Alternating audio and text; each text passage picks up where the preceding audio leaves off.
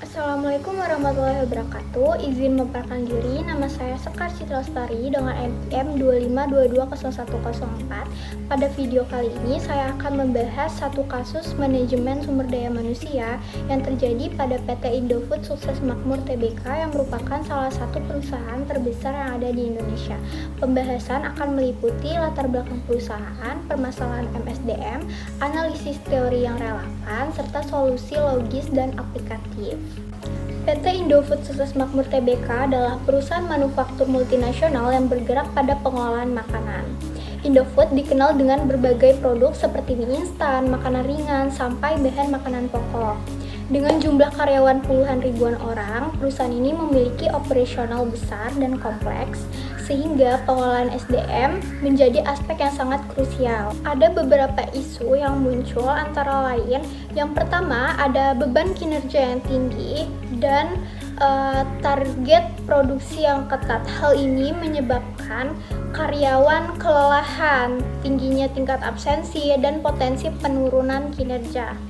Yang kedua, ada hubungan industrial yang kurang harmonis. Pernah terjadi keluhan terkait sistem kerja lembur serta komunikasi yang kurang efektif antara manajemen dan karyawan.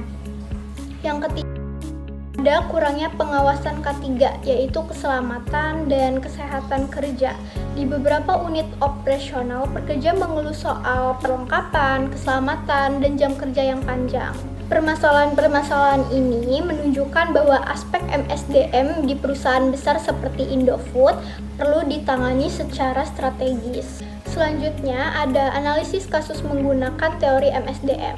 Yang pertama ada teori kinerja, yaitu menurut Armstrong, kinerja dipengaruhi oleh ability, motivation, dan opportunity. Masalah target tinggi tanpa dukungan memadai menunjukkan bahwa opportunity dan motivation karyawan menurun sehingga berdampak pada performa.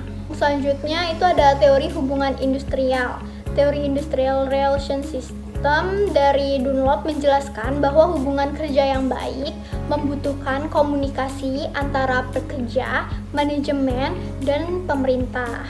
Kasus Indofood menunjukkan adanya ketidakseimbangan komunikasi antara pekerja dan manajemen. Teori keselamatan dan kesehatan kerja K3, menurut standar ILO, perusahaan wajib memberikan lingkungan kerja aman.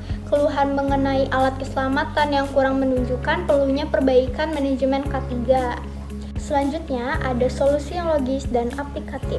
Yang pertama itu perbaikan sistem kerja dan target produksi dengan menyetarakan target dengan kondisi lapangan dan menambah shift atau tenaga kerja untuk mengurangi beban berlebih. Yang kedua itu ada penguatan komunikasi hubungan industrial dengan membentuk forum komunikasi antara pekerja dan manajemen secara rutin, serta melibatkan serikat pekerja dalam pengambilan keputusan terkait sistem kerja. Yang ketiga, itu ada penguatan program K3 dengan menyediakan APD lengkap dan memastikan pemakaiannya, serta mengadakan pelatihan keselamatan setiap bulan dan audit K3 secara berkala oleh tim independen. Yang keempat, ada program pengembangan karyawan dengan pelatihan peningkatan kompetensi bagi pekerja produksi, penerapan jalur karir yang lebih jelas agar pekerja tidak stagnan, sistem reward untuk karyawan berprestasi. Yang kelima, ada perbaikan manajemen lembur. Lembur harus sesuai dengan undang-undang dan berdasarkan persetujuan karyawan. Monitoring jam kerja untuk mencegah overwork. Dari yang sudah saya bahas, kesimpulannya, PT Indofood Sukses Makmur sebagai perusahaan besar memiliki tantangan besar dalam mengelola sumber daya manusia. Kasus mengenai tekanan kerja, hubungan industrial, dan K3 menunjukkan bahwa manajemen sumber daya manusia harus dilakukan secara strategis dan manusiawi. Dengan penerapan solusi yang sistematis, mulai dari perbaikan komunikasi, perbaikan K3, hingga pengembangan karir, Indofood dapat meningkatkan kesejahteraan karyawan sekaligus mempertahankan produktivitas perusahaan. Sekian video dari saya akhiri. Wassalamualaikum warahmatullahi wabarakatuh.